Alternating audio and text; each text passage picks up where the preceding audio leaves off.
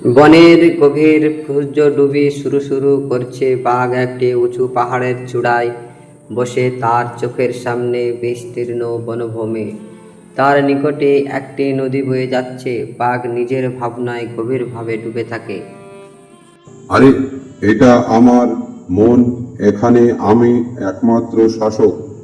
তবে কেন জানি মনে হচ্ছে কিছু একটা বদলাচ্ছে, কিছু একটা যা আমাকে চ্যালেঞ্জ করবে আমার শাসনকালে। কি সত্যি কি নিরাপদ? তখন কিছুক্ষণ পর শিয়াল এসে বাঘের সামনে দাঁড়িয়ে বলল,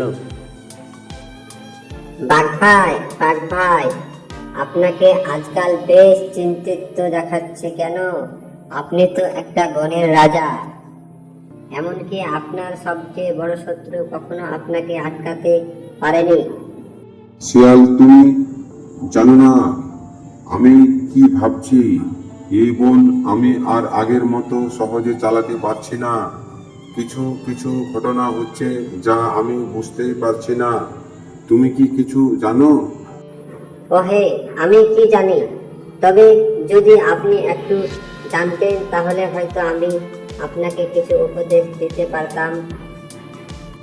জানেন, খরগোশ আজকাল কিছু অদ্ভুত কথা বলছে। সে আমাদের সবার থেকে আলাদা কিছু ভাবছে।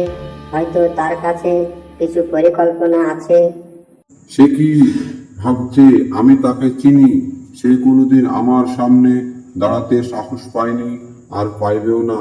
তার কি আমার বিরুদ্ধে কোনো পরিকল্পনা আছে? ঠিক বলেছেন বাঘ ভাই, কিন্তু আমরা তো জানি খরগোশের মাথা সব সময় কিছু না কিছু নতুন ফন্দি আঁকতে থাকে।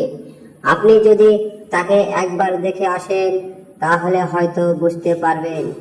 বাঘ তখন খরগোশের খোঁজে বের হলো। খরগোশ তার ছোট্ট গুহার ভিতরে কিছুটা একটা তার চোখের সামনে এসে বলল, আমি তোমার কাছে একটা প্রশ্ন নিয়ে এসেছি। তোমার কিছু পরিকল্পনা কি আছে?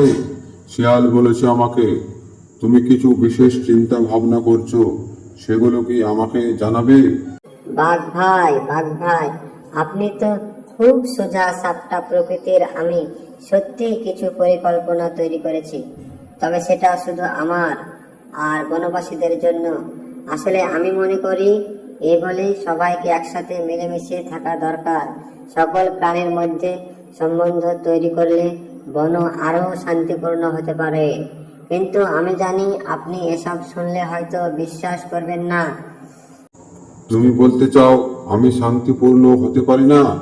আমার রাজত্ব শান্তি প্রতিষ্ঠিত নেই? না, আপনি শান্তিপূর্ণ আর বনে শান্তিও আছে। তবে আপনি তো জানেন বনের মধ্যে নানা রকম প্রাণী রয়েছে। তাদের প্রত্যেকের চাহিদা আলাদা, তাদের মনোভাবও আলাদা। যদি আমরা সবাই একসাথে কাজ করি তাহলে বন আরো সুষ্ঠু সঙ্গীত হয়ে উঠবে। আপনি যদি একটু সময় দেন আমি আপনাকে একটা পরিকল্পনা দেখাতে পারি। তাহলে শুনো খরগোশ, আমি তোমার কথা শুনবো, কিন্তু যদি মনে করি তুমি কোনো ষড়যন্ত্রের অংশ, তাহলে ফল ভালো হবে না কিন্তু।